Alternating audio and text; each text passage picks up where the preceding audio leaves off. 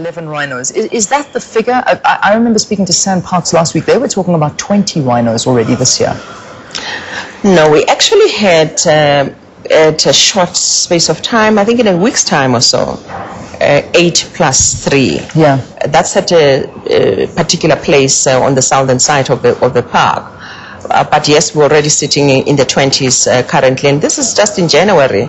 And this is precisely what worries us, that the trend, as we look at it from last year, January we didn't quite have this high figure. Yeah. We really, in terms of our estimations and projections, if we were to go on like this, would sit close to about 600 by the end of this year. We sit now 484. Yeah. This is worrying, and this is the reason why we thought that it's important to actually deploy additional rangers, but also do a lot of work around the area, like for instance, refurbishing installation of the fence. That's now no longer fully functional. We will build that fence, reconstruct it, and also put some electronic detectors as way of monitoring to help the SANDF people, who we are very glad that they've been brought back to the Border Patrol, so that at least we strengthen some security measures along that side. Yeah. But that's not the only thing we do, Leanne. We also are looking at,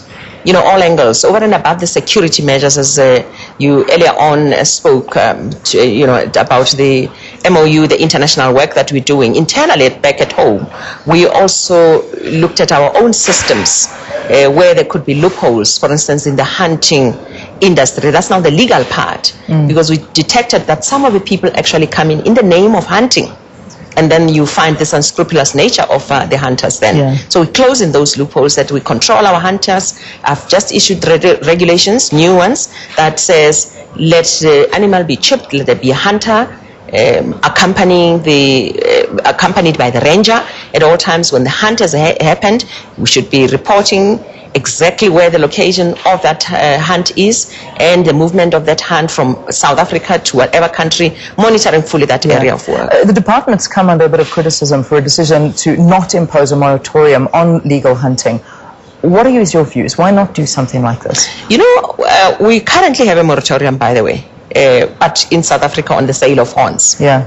And we look at whether moratorium of that nature actually is helpful. We have decided, by the way, as MINMEC, that's now Ministers' Meeting and MECs, we have decided that it is necessary that Minister may impose a moratorium anywhere, not blanket one throughout the country, anywhere where we have a problem. It's like Leanne saying that there's a problem in the gambling industry, for instance. Let's close all the hotels where gambling happens. We need to look at areas where there are problems. And indeed, that agreement is there.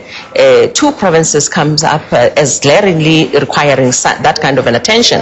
And we are looking at those provinces. What are issues involved in this thing is that there's also an industry.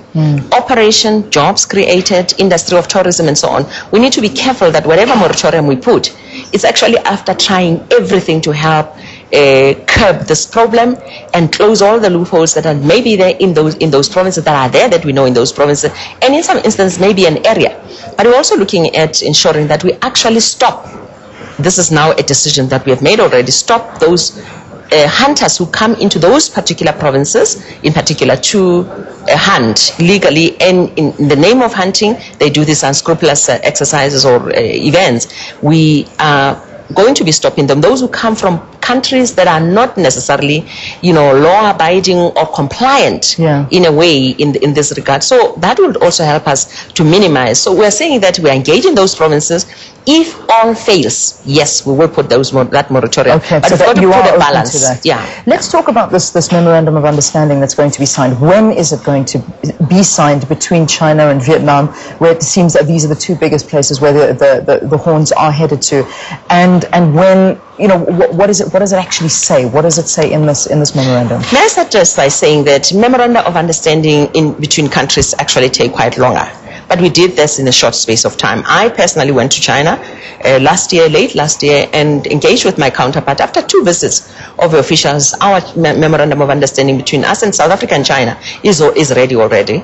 We agreed with my counterpart, Minister of Environment in that China, that we're going to sign it it would be around February, March. But to play it safe, we're saying that during the first half of this year. The same applies to Vietnam. Deputy Minister went, and there's been those agreements and discussions. What is in the Memorandum of Understanding? We need to do joint education programs, educating their nation. Both countries are saying that they do not believe that, these mythical stories that people say that they use these horns for. So they need to do it, and they are going to have agreed in the Memorandum of Understanding located education for their country, people, chipping, for movement, control of movement from South Africa to those countries, ensuring that we do joint research, ensuring that we really upgrade our systems, our security systems from time to time, and any other matter that may crop in. So it's really a whole full list of menu of things that we agreed upon.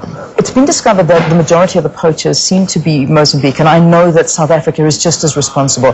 But what about on the Mozambican side? Have you had interaction with authorities there? Is there a clampdown on the Mozambican side? Yes, our officials have already had 2 meetings with them on the Mozambican side. Net joined also at the security level, they've had that discussion. We now escalating these discussions to at ministerial level. Why is it necessary to do so? It's because it really is necessary to look at the kinds of laws that are there in Mozambique that could help us, or allow us to actually manage the movement of or management of the rhinos and any other animal, by the way, conservation related better. Yeah. So we have escalated that, and we'll be having that meeting soon. Once I get it, go ahead, and a nod from the Mozambican side, we're going to do that. It's really an engagement at a political level to see what we can do. All right, Minister, on another issue, the weather policy bill has been amended. What is it all about? When we were just after tabling this South African Weather Services bill in Parliament, which is late last year, we expected that there's going to be a discussion in Parliament. Unfortunately, there's been, quite ahead of time, comments in the public arena. But what is it that I want to say? In brief, we are trying to curb the problem of pronouncements and announcements on severe weather events. I'm emphasizing, listen, severe weather events. We're not asking anybody who is out there as a company who may give any kind of warning to stop doing that. But even those severe weather warnings, we're saying, let there be discussions between us as source and that particular company so that there can be permission sought. I'll tell you why, Leanne. It's not because of one event, but just one of the events that I realized last year, for instance. When we had disasters, floods in this country, I was sitting in the control room of Water Affairs, and I looked at the patterns. SORS and our people in Water Affairs were actually giving, periodically, the warnings. There came one of the companies in this country, gave a warning that's quite severe, and we're all surprised. Where does this thing come from? Yeah. Confusion then ensued, because if South African Weather Services was then to jump in, there would have been confusion already in the public arena. And that's the VNS of this thing. You remember what happened in Britain? Ground all the airplanes because some mud is coming from somewhere. It's got to be a rightful authority that does that. Some type of, we have to talk more about this. Unfortunately, we've run out of time dramatically. Minister EDNA, MOLEWA, thank you very much for talking to us about these important issues. We'll have to invite you back. Quick break.